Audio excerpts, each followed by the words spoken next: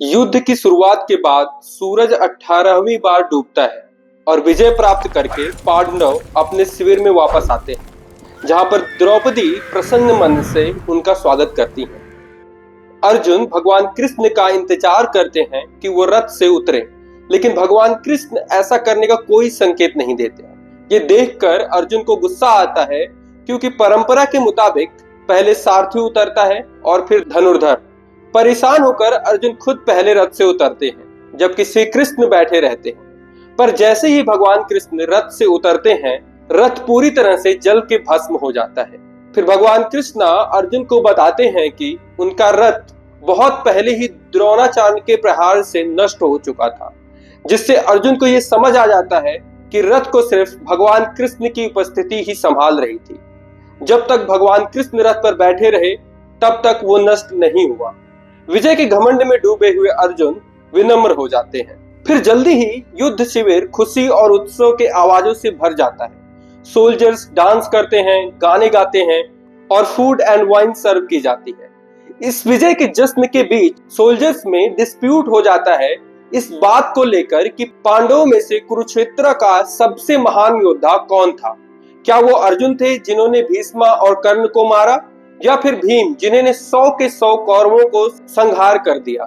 जब सभी इस क्वेश्चन को लेकर भगवान कृष्ण के पास जाते हैं, तो वो कहते हैं कि यदि ये उत्तर तुम्हारे लिए इतना महत्वपूर्ण है, तो तुम बात करने वाले सर से क्यों नहीं पूछते हो। वो बात करने वाला सर बार्बरिक का था, जो अहिल्यावती, एक नागा राजकुमारी और घटोत्कच के पुत्र थे।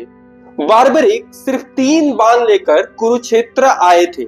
उन्होंने घमंड से कहा, इनमें से एक से मैं पांडवों का नाश कर सकता हूँ, दूसरे से कौरवों का और तीसरे से कृष्णा का।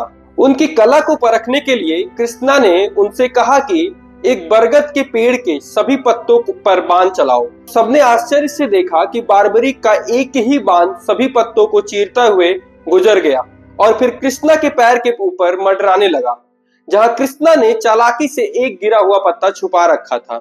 उस महान योद्धा से प्रभावित होकर भगवान कृष्ण ने उनसे पूछा, तुम किस पक्ष से युद्ध करने की इच्छा रखते हो।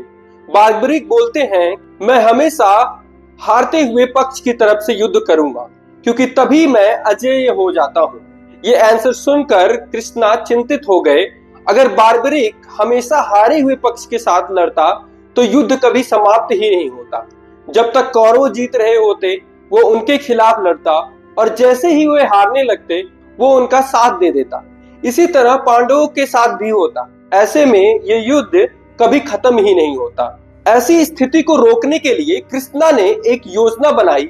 वे बार्बरिक से कहते हैं, क्या तुम मेरी मदद करोगे। मैं एक योद्धा के सामने बेबस महसूस कर रहा हूँ, जो पूरी दुनिया के लिए खतरा बन गया है।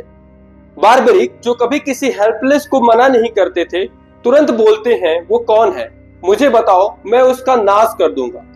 कृष्णा ने तुरंत बार्बरिक को एक आईना दिखाया। इस योद्धा का सर मुझे दे दो, मैं तुमसे विनती करता हूँ। बार्बरिक समझ जाते हैं कि कृष्णा ने उनसे छल किया है, लेकिन फिर भी वो मना नहीं कर सके। उन्होंने अपना ही सर धड़ से अलग करके कृष्णा को समर्पित कर दिया। उनका बस एक ही अफसोस था कि वो कुरुक्षेत्र के युद्ध नहीं देख पाएंगे। भगवान कृष्ण ने उनके मन को समझा और बार्बरिक के सर को दिव्य दृष्टि और जीवन शक्ति दी। अब वो सब कुछ देख और सुन तो सकते थे, पर कभी हिस्सा नहीं ले सकते थे। कृष्णा उनके महान बलिदान से प्रसन्न हुए और उन्हें वर दिया कि कलयुग में लोग उनकी पूजा खाटू श्याम के रूप में करेंगे। शुरुआत में बार्बरिक का सर जमीन पर रखा गया, लेकिन जब भी उन्हें युद्ध में कोई बात मजेदार लगती और वो हंसते थे, तो उनकी हंसी की गुनगुनाहट से ही 100 रथ पीछे चले जाते थे। तब भगवान कृष्ण ने उनका सर एक पहाड़ी पर स्थापित कर दिया, जहां से वो पूरे युद्ध को एक विशाल दृष्टि से देख सके। इस तरह से उन्होंने कुरुक्षेत्र के युद्ध सबसे अधिक देखा था। कृष्णा ने पांडव सेना से कहा, इसीलिए इस प्रश्न का सही उत्तर वही दे सकते हैं। जब सैनिकों ने उस बोलते हुए सर से पूछा कि कुरुक्षेत्र के सबसे महान योद्धा कौन था, तो उन्होंने अजीब उत्तर दिया, भीम, अर्जुन, मैंने किसी को नहीं देखा। मैंने तो बस विष्णु के सुदर्शन चक्र देखा, जो घूमते हुए अनराइटियस किंग्स के सर काट रहा था और उनके रक्त धरती ने पी लिया, जो मुझे काली का रूप लगा। पांडवों के शिविर में एक गहरा सन्नाटा छा गया और उन्हें एहसास हुआ कि न ये युद्ध उनका था और न जीत उनकी रचना थी, दोनों ही भगवान की इच्छा थी।